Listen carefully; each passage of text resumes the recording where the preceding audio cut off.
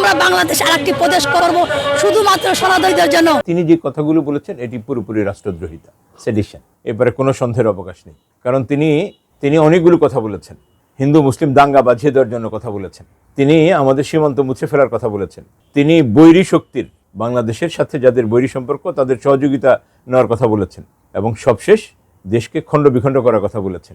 আরেকটি প্রদেশ মানে কি? বাংলাদেশ যদি আরেকটি প্রদেশ হয় সেটি কার প্রদেশ হবে? সেটি আমাদের পার্শ্ববর্তী হিন্দু দেশের ভারতের প্রদেশ হবে। তার মানে আমার স্বাধীনতাকে মুছে ফেলার কথা বলেছেন। ষড়যন্ত্রটা অত্যন্ত গভীর। এই জন্য যিনি বলেছেন তাকে যারা বলিয়েছেন এই টোটাল ষড়যন্ত্রটাকে খুঁজে বের করতে হবে, এবং এই জায়গায় রাষ্ট্র যদি তার দায়িত্ব পালনে ব্যর্থ হয় তাহলে আমার স্বাধীনতা হুমকির মধ্যে পড়বে। প্রথম কথা হলো যে তিনি যে কথাগুলো বলেছেন এটি পুরোপুরি রাষ্ট্রদ্রোহিতা, সেডিশন, এবারে কোনো সন্দেহের অবকাশ নেই। কারণ তিনি আমাদের রাষ্ট্রদ্রোহিতার যে সংজ্ঞা, যে তিনি কিছু লিখলেন, তিনি কিছু বললেন, তিনি কোনো চিহ্ন প্রকাশ করলেন, কোনো ভাব প্রকাশ করলেন, এর সবগুলি তার মধ্যে স্পষ্ট ছিল।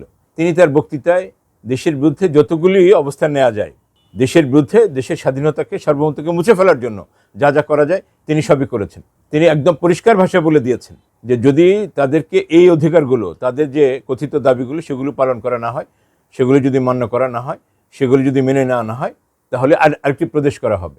তাহলে প্রদেশ তো বাংলাদেশের আরেকটি প্রদেশ না। বাংলাদেশে কোনো প্রদেশ সিস্টেম নেই, আমাদের এখানে প্রভিন্সিয়াল সিস্টেমটি নেই। ছোট্ট একটি দেশ, একটি প্রদেশ, সব কিছু মিলে উনি আরেকটি প্রদেশ করতে চাচ্ছেন। তার মানে কি? একটি ভিন্ন রাষ্ট্রের প্রদেশ করতে চাচ্ছেন। তার মানে আমার স্বাধীনতাকে পুরোপুরি মুছে দিতে চাচ্ছেন।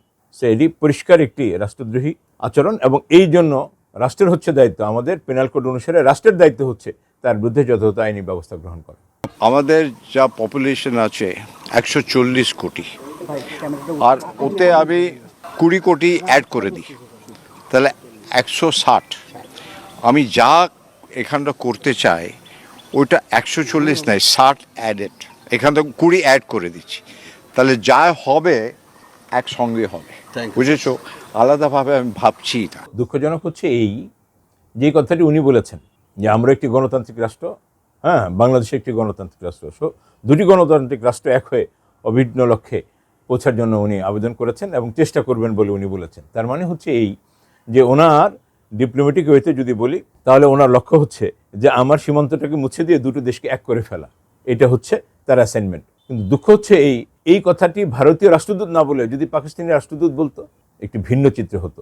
আমাদের দুঃখটা এই জায়গায় যে বাংলাদেশে যারা নিজেদেরকে স্বাধীনতা সার্বভৌমত্বের রক্ষক মনে করেন তারা কিন্তু ইন্ডিয়ার বিরুদ্ধে যখন কোনো অবস্থান প্রয়োজন হয় তখন তারা সেটা শো করেন না।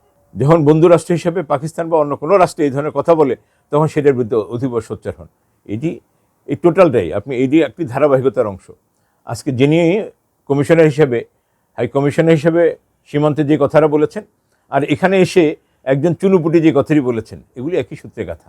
কোন সময় কোনটা বললে কি রিয়াকশনটা হবে, লক্ষ্যে পৌঁছানো সহজ হবে, এগুলি সবই ষড়যন্ত্রের পার্ট। আমি একটা বিষয়ে খুব খুশি হই, কারণ প্রথম হচ্ছে ধরেন এই মোবাইল এবং বিদ্যুতের যুগে বাংলাদেশে কিন্তু কোনো গ্রাম নাই যার হাতে একটি মোবাইল আছে, গোটা দুনিয়া তার হাতের মুঠোয়। সো গোটা দেশের নাগরিকরা কিন্তু প্রচণ্ড সচেতন।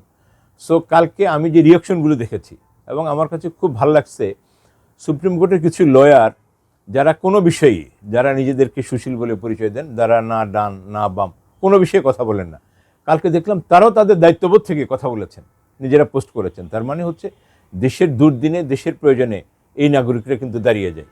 এখন আজকে কতটা প্রতিবাদ হইল আমি বারবার বলছি, যিনি এই কথাটি বলেছেন তার নামটাও আমার মুখে নিতে লজ্জা করছে। তিনি সেই মাপের কোনো লোক না। তাকে কারা না চাচ্ছে, এই রশিটা পেছনে কোন জায়গায়, কার হাতে, এটা খুঁজে বের করতে হবে। এবং এটা বের করার জন্য সচেতন নাগরিকরা যেমন রাস্তায় নামবেন, খুব স্বাভাবিক প্রতিবাদ করবেন, যেমনটা আপনারা করছেন। তো এই জন্যই বললাম যে আজকে শুধু যে বলেছে কি বলেছে এইটা যেমন আমাদের ধর্তব্য বিষয়, তার চেয়ে বড় ধর্তব্যের বিষয় হলো এগুলো কারা করাচ্ছে, হ্যাঁ, এবং এর পেছনে কুশীলবরা কারা, মাস্টার প্ল্যানার কারা, মাস্টার মাইন্ড কারা, তাদেরকে খুঁজে বের করে এদের সবাইকে আইনের আওতায় নিয়ে আসে। সচেতন নাগরিক হিসাবে, সাংবাদিক হিসাবে আপনাদের সবচেয়ে বড় দায়িত্ব হচ্ছে যে এত বড় একটি ষড়যন্ত্রমূলক, রাষ্ট্রদ্রোহীমূলক বক্তব্যের পরে রাষ্ট্র কী ব্যবস্থা নিচ্ছে, এবং রাষ্ট্রের যারা কর্ণধার, যারা স্টেক হোল্ডার, তারা দায়িত্বের অবস্থান থেকে তাদের ভূমিকা নেওয়ার ক্ষেত্রে যদি কোনো শৈথল্য থাকে, শিথিলতা থাকে, সেই বিষয়টাকে ইনক্রিজ করার জন্য, প্রেশারাইজ করার জন্য আপনার দায়িত্বশীল অবস্থান থেকে দায়িত্ব পালন করবেন। এটা কিন্তু জাতি সাংবাদিক হিসেবে আপনাদের কাছে প্রত্যাশা করে। তার এই গোটা কথাটি আমার কাছে মনে হচ্ছে যে উনি মাইক হিসেবে ইউজ হয়েছেন। আমাদেরকে ভেবে দেখতে হবে যে এর পেছনে কারা আছে এবং কারা এই কাজটি করিয়েছেন। আগামী 23 তারিখ নিষিদ্ধ ঘোষিত আওয়ামী লীগের প্রতিষ্ঠাবার্ষিকী আপনারা জানেন। তো সঙ্গত কারণে সারা দেশে ওই দিনটাকে সামনে রেখে আবার নতুন করে একটি পোলারাইজেশন করার চেষ্টা করছে আওয়ামী লীগ। এটি তার অংশ কিনা, এটি হচ্ছে প্রথম বিষয়। তিনি যে কথাগুলো বলেছেন এগুলো কিন্তু নতুন কথা নয়। এই কথাগুলো এই অংশ যারা নিজেদেরকে সনাতন অথবা পুরাতন বলে পরিচয় দিচ্ছেন, এই অংশ কিন্তু বারবারই এই কথাটি এই দেশের বিরুদ্ধে ষড়যন্ত্রের ইটস এ পার্ট। নাগরিকের এই অংশ যখন প্রতিপক্ষকে আক্রমণ করে তখন তারা দলীয় পরিচয় ধারণ করে, আর এরা যখন আক্রান্ত হয় তখন নিজেদেরকে সংখ্যালঘু বলে পরিচয় দেয়। সো এরা হচ্ছে সকল সময়ই এদের পাপকে এরা এদের দৃষ্টিতে ওজন করে। সে খুব পরিকল্পিতভাবে, কারণ আমাদের দীর্ঘ সময় ধরে এই মহামান্য হাইকোর্টের প্র্যাকটিসে আমার এই সহকর্মীকে দীর্ঘদিন ধরে দেখবার সুযোগ হয়েছে, যিনি কোর্টে পোডিয়ামে দাঁড়িয়ে দুটি ভালো মামলার সাবমিশন রাখতে পারেন না, কথা বলতে পারেন না। তিনি কালকে যে কথাগুলো বলেছেন আপনাকে ধরে নিতে হবে যে এই কথাগুলো পরিকল্পিত, সাজানো এবং একটি সুগভীর ষড়যন্ত্রের অংশ।